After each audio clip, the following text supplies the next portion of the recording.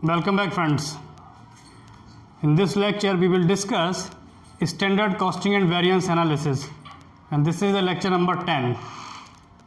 And before this lecture, in the previous lecture, we were discussing direct labor cost variance. What is direct labor cost variance and what are the various components of direct labor cost variance? So we have discussed that direct labor cost variance is the difference between standard direct labor cost and the actual direct labor cost. कि direct labor cost क्या होता है? तो the concept of direct labor cost is based on the difference between standard direct labor cost and actual direct labor cost. तो direct labour cost सिर्फ क्या है? Direct labour cost जो है डायरेक्ट स्टैंडर्ड लेबर कॉस्ट और direct actual labour cost के बीच का difference है कि जितनी हमने एस्टिमेट की थी कि इतनी लेबर लगनी चाहिए किसी भी प्रोडक्शन एक्टिविटी को एकम्प्लिश करने में, और फिर एक्चुअल में हम कंपेयर करते हैं कि what number of workers have been deployed, have been used for accomplishing that task और जॉब, कि उस टास्क और जॉब को कंप्लीट करने में कितने वर्कर एक्चुअल में इन्वॉल्व हुए और कितना हमने एस्टिमेट किया था, कितना हमने स्टैंडर्डाइज किया था. उन दोनों की कॉस्ट का जो आप डिफरेंस निकालते हो उसको बोलते हैं हम डायरेक्ट लेबर कॉस्ट वेरिएंस. फिर हमने डिस्कस किया कि डायरेक्ट लेबर कॉस्ट वेरिएंस के और क्या क्या कंपोनेंट हो सकते हैं. तो पहला हमने पढ़ा लेबर कॉस्ट वेरिएंस, दूसरा हमने पढ़ा लेबर टाइम वेरिएंस जिसको labour efficiency variance, labour uses variance भी बोलते हैं. तीसरा हमने पढ़ा लेबर रेट वेरिएंस, और होते हैं 5. लेबर कॉस्ट वेरिएंस होता है, लेबर टाइम वेरिएंस होता है, लेबर रेट वेरिएंस होता है, आइडल टाइम वेरिएंस होता है, और लास्ट होता है लेबर मिक्स वेरिएंस. तो 3 variances we have already discussed, that is labour cost variance, labour time variance and labor rate variance. Now we will discuss the 4th component of direct labor cost variance, that is idle time variance. Idle time variance, और इसके बाद फिर हम 2-3 illustration करेंगे और फिर last में हम जो है लेबर मिक्स वेरिएंस को डिस्कस करेंगे. तो आज 4th है आपका idle, IDLE, idle time variance. Idle time होता क्या है? आइडल टाइम का मतलब एक ऐसा टाइम जिस टाइम में कोई काम नहीं हुआ है, that is the unproductive time. This is the wastage of productive time, this is the wastage of production time. कि ये जो टाइम वेस्ट हुआ है तो उसको आप एबनॉर्मल वेस्टेज मानोगे. This is not the normal wastage, this is the abnormal wastage of productive time. This is called idle time, कि the time duration in which no production activity has taken place, कि वो time period जिस time period में कोई production activity नहीं हुई है. And idle time में arise because of strike, lockouts, unavailability of raw material, sudden breakdown of machines, और there may be some other issues. कि आइडल टाइम क्यों हो सकता है? आइडल टाइम हो सकता है आपकी फैक्ट्री में हड़ताल हो गई हो मजदूरों की, हो सकता है लॉकआउट हो गई हो, तालाबंदी हो गई हो, हाँ, हो सकता है रॉ मटेरियल की अवेलेबिलिटी ना हो, रॉ मटेरियल ना हो तो काम प्रोडक्शन कैसे होगा? तो वो पूरा टाइम आइडल टाइम हो जाएगा, वेस्टेज ऑफ टाइम हो जाएगा.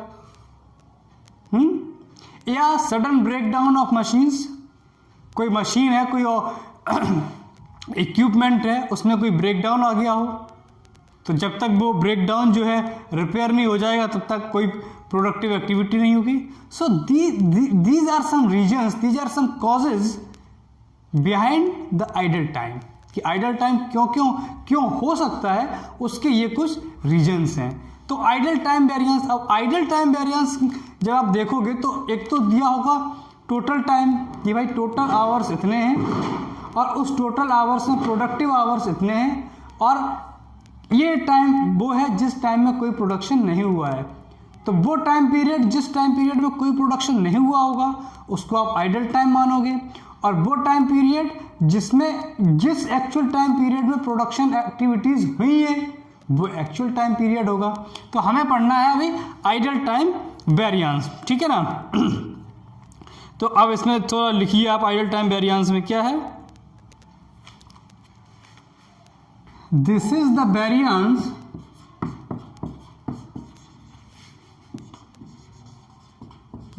The variance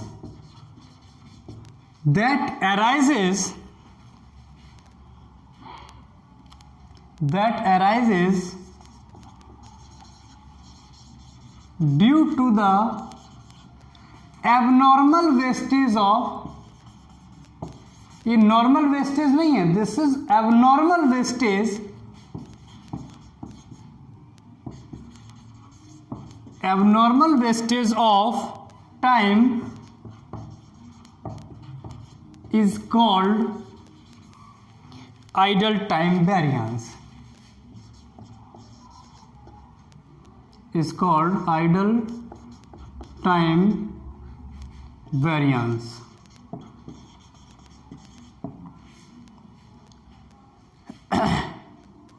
This is the variance that arises due to the abnormal wastage of time is called idle time variance. Idle time variance निकालोगे कैसे, इसका फॉर्मूला क्या है?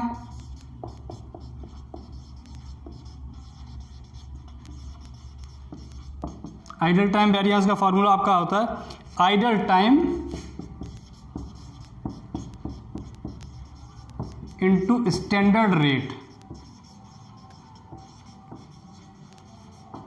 यानी आइडल टाइम को आप जो भी स्टैंडर्ड रेट है उस स्टैंडर्ड रेट से मल्टीप्लाई करोगे, एक्चुअल रेट से मल्टीप्लाई नहीं करोगे आप, स्टैंडर्ड टाइम से स्टैंडर्ड रेट से मल्टीप्लाई करोगे। तो idle time variance equals to idle time into standard rate. अब मान लीजिए कि कोई एक गिवन प्रॉब्लम है और उस गिवन प्रॉब्लम में आपको सभी ये चारों चीज़ें कैलकुलेट करनी है। assume कि in a given problem you have to calculate labor cost variance, labor time variance, labor rate variance and idle time variance, ठीक है ना। in a given situation, in a given problem you are required to find out labor cost variance, labor time variance, labor rate variance और idle time variance as well, idle time variance, चारों variance निकालने हैं। and you proceeded and calculated all four variances, but you don't know that whether you have done correctly or not, कि आपने उसे सही किया है या गलत किया है। how to verify your answer, आपको आंसर कैसे वेरीफाई करना है। तो अगर ये चारों चीज़ें कैलकुलेट करनी है, अगर आपको ये चारों चीज़ें कैलकुलेट करनी है तो आपका वेरिफिकेशन ऑफ आंसर क्या होगा। अब एक बार चेक कर लीजिए, verification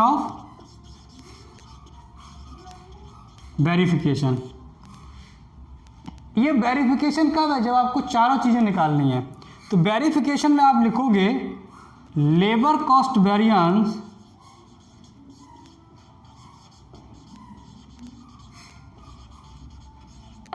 equals to labour time variance plus labour rate variance plus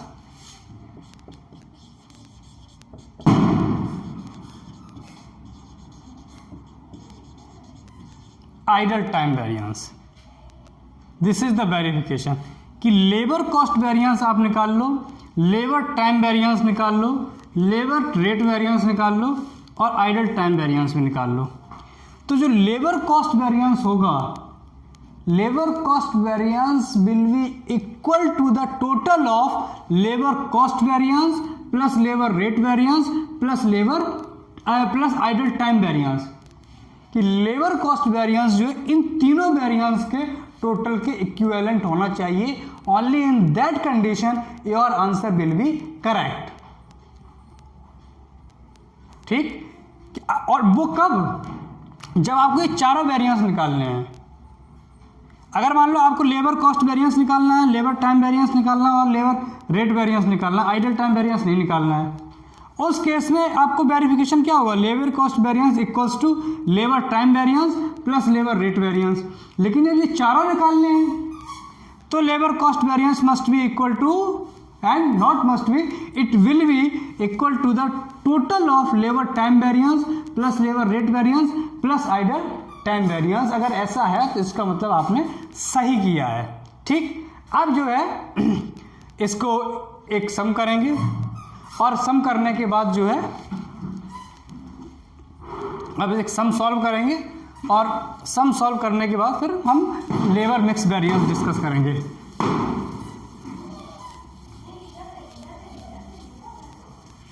ठीक है ना। तो अब देखिए आप सबसे पहले एक इलस्ट्रेशन नोट करते हैं, ठीक है ना, और अब दो इलस्ट्रेशन एक करेंगे। एक इलस्ट्रेशन करेंगे जिसमें labour cost variance, labour time variance और लेबर रेट वेरिएंस निकालना होगा, और एक इलस्ट्रेशन सॉल्व करेंगे जिसमें ये चारों वेरिएंस निकालना होगा इंक्लूडिंग आइडल टाइम वेरिएंस। तो पहली इलस्ट्रेशन नोट करते हैं।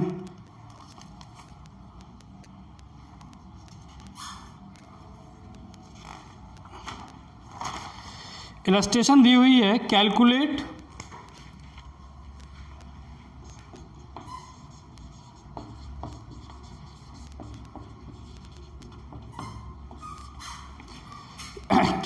Labour cost variance, calculate labour cost variance,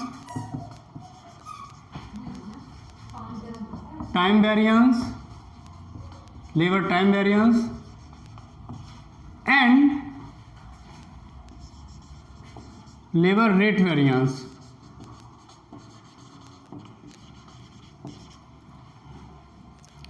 From the following information,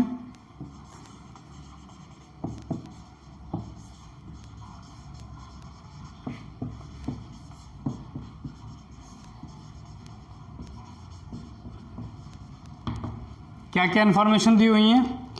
standard rate of wages,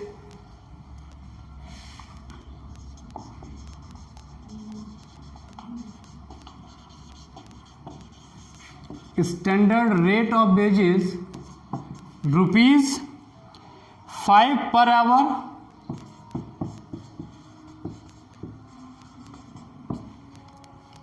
actual rate of wages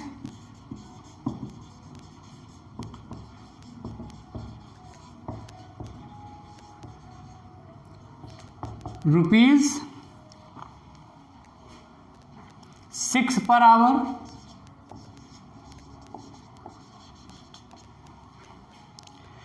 standard time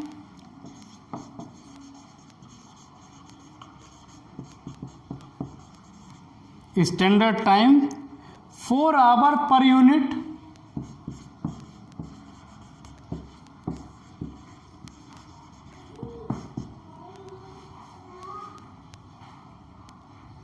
actual time taken,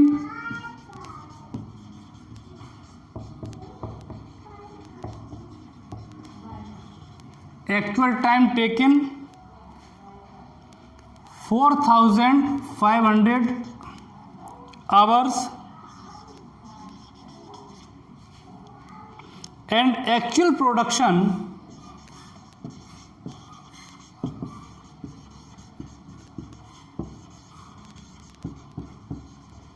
and actual production 1000 units।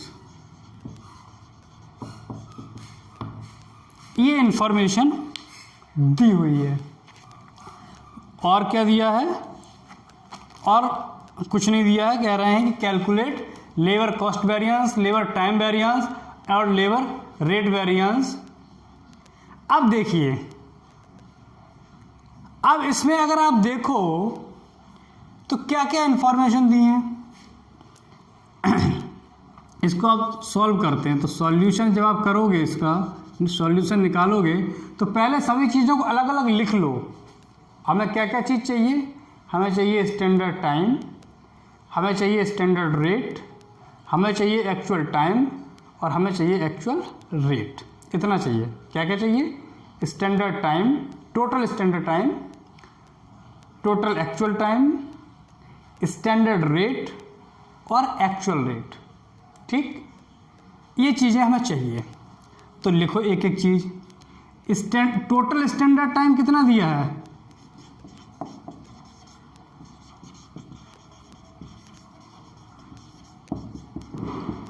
पहले मैं लिख देता हूँ क्या क्या चाहिए। टोटल स्टैंडर्ड टाइम चाहिए हमें, पहली चीज़। ठीक, total actual time,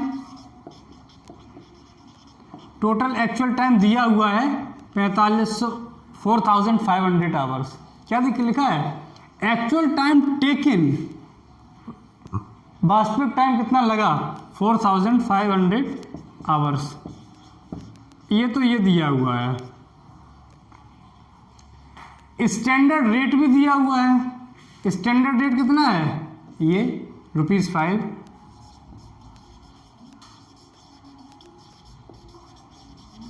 standard rate को हम शॉर्ट फॉर्म में लिखते हैं SR। ये दिया हुआ है ₹5 पर यूनिट। एक्चुअल रेट कितना दिया हुआ है?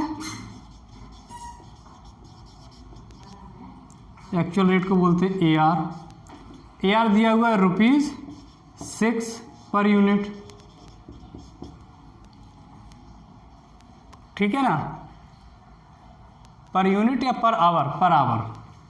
रेट जो है आवर के टर्म में दिया हुआ है, ₹5 पर आवर और ₹6 पर आवर। अब टोटल स्टैंडर्ड टाइम अगर देखो तो आप नहीं दिया है। टोटल एक्चुअल टाइम दिया है 4500 आवर्स।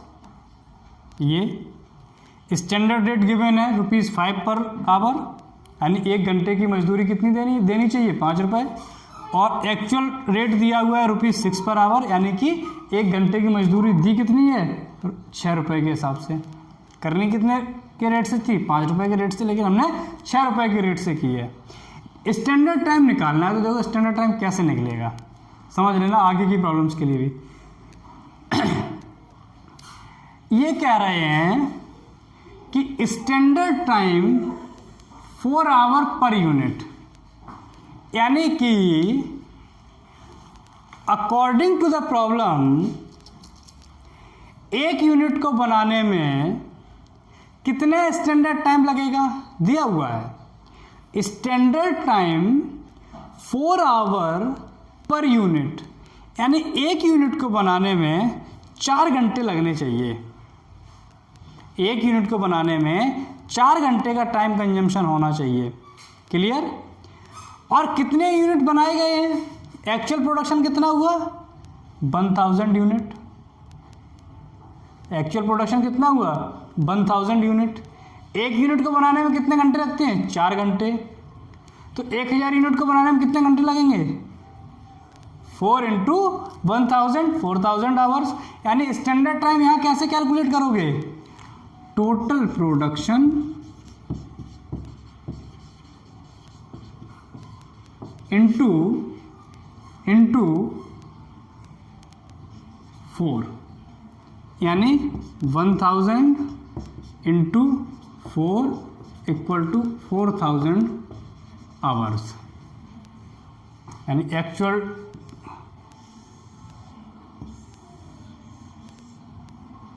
ये, यानी total production into time consume for producing 1 unit.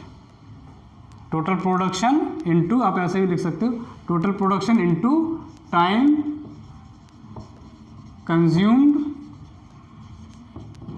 In producing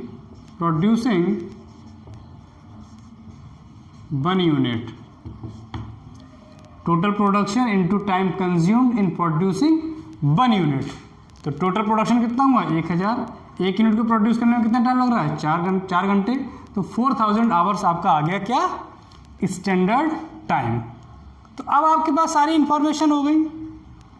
आपके पास स्टैंडर्ड टाइम हो गया 4000 घंटे, आपके पास एक्चुअल टाइम हो गया 4500 घंटे, आपके पास स्टैंडर्ड रेट है ₹5 पर आवर, और आपके पास एक्चुअल रेट दिया हुआ है ₹6 पर आवर। ठीक है, अब करिए।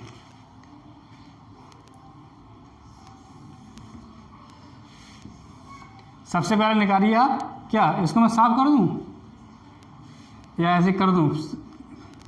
ये निकालिए, लेबर कॉस्ट, या इसको मैं यहाँ साफ ही कर देता हूँ ना।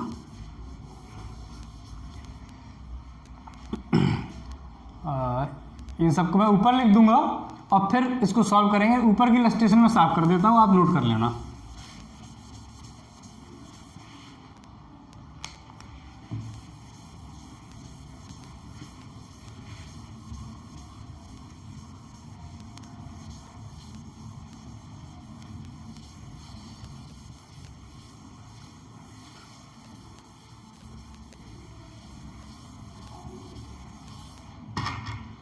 तो क्या क्या इंफॉर्मेशन दी थी?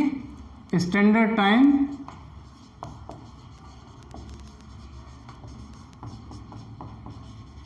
यानी ST,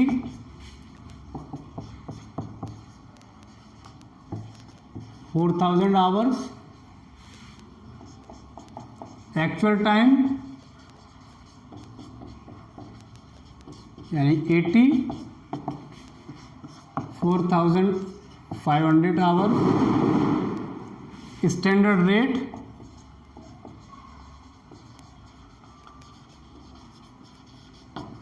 यानी SR ₹5 पर आवर, और एक्चुअल रेट यानी AR ₹6 per hour. These are the information, those have been furnished। ये इंफॉर्मेशन है जो गिवन है। अब आपको निकालना है, सबसे पहले निकालते हैं लेबर कॉस्ट वेरिएंस।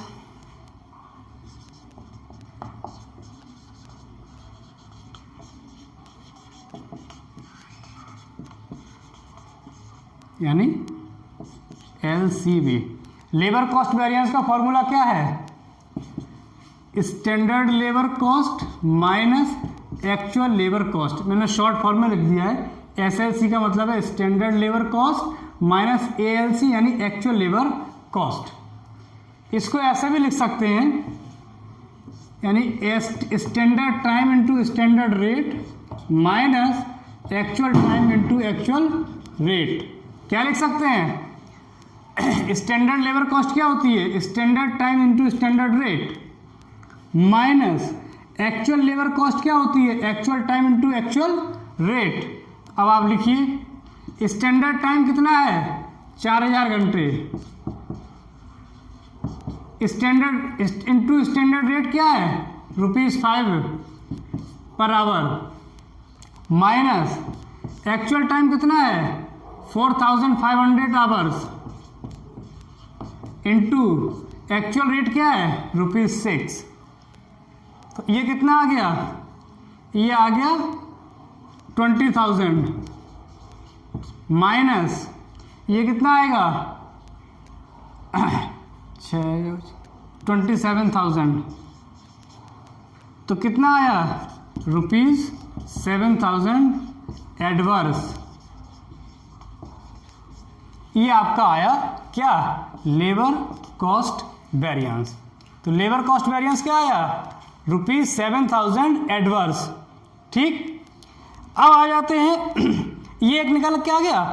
अब आते हैं सेकंड, निकालते हैं लेबर टाइम वेरिएंस।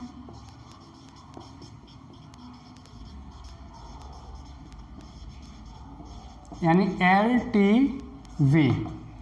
ये निकल के आ गया लेबर कॉस्ट वेरिएंस। अब दूसरा निकालते हैं लेबर टाइम वेरिएंस, इसी से निकालेंगे, और उसके बाद लेबर रेट वेरिएंस निकालेंगे। अब लेबर टाइम वेरिएंस का फॉर्मूला देखिए। लेबर टाइम वेरिएंस का फॉर्मूला क्या है? Standard time minus actual time into standard rate. क्या फॉर्मूला है? Standard time minus actual time into standard rate.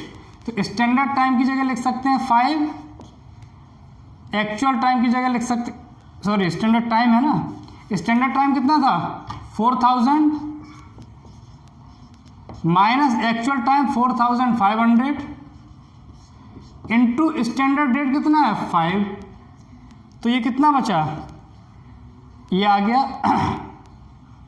-500 बचा इंटू 5, तो ये आ गया ₹2500 एडवर्स।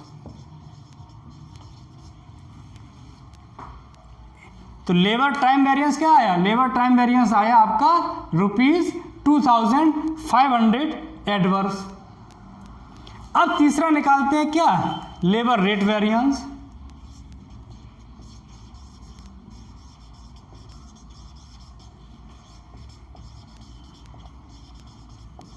यानी LRV। ठीक, हम निकालते हैं labour rate variance.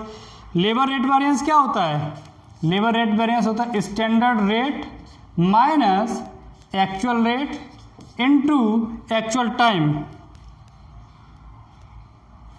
Into actual time. क्या होता है formula, standard rate minus actual rate into actual time. तो अब देखिए स्टैंडर्ड रेट क्या दिया हुआ है 5, एक्चुअल रेट क्या दिया हुआ है 6 इनटू एक्चुअल टाइम कितना दिया हुआ है 4500 आवर्स। तो क्या बचा, ये बचा -1, 5 में से 6 को घटाओगे तो क्या बचेगा -1 इंटू 4500। तो ये आपका आ गया 4500 एडवर्स। अब देखिए लेबर कॉस्ट वेरिएंस क्या आया था ₹7000 एडवर्स, यही तो आया था। लेबर टाइम वेरिएंस क्या आया ₹2500 एडवर्स, और लेबर रेट वेरिएंस क्या आया ₹4500 एडवर्स। क्लियर। अब वेरिफिकेशन ऑफ आंसर करते हैं।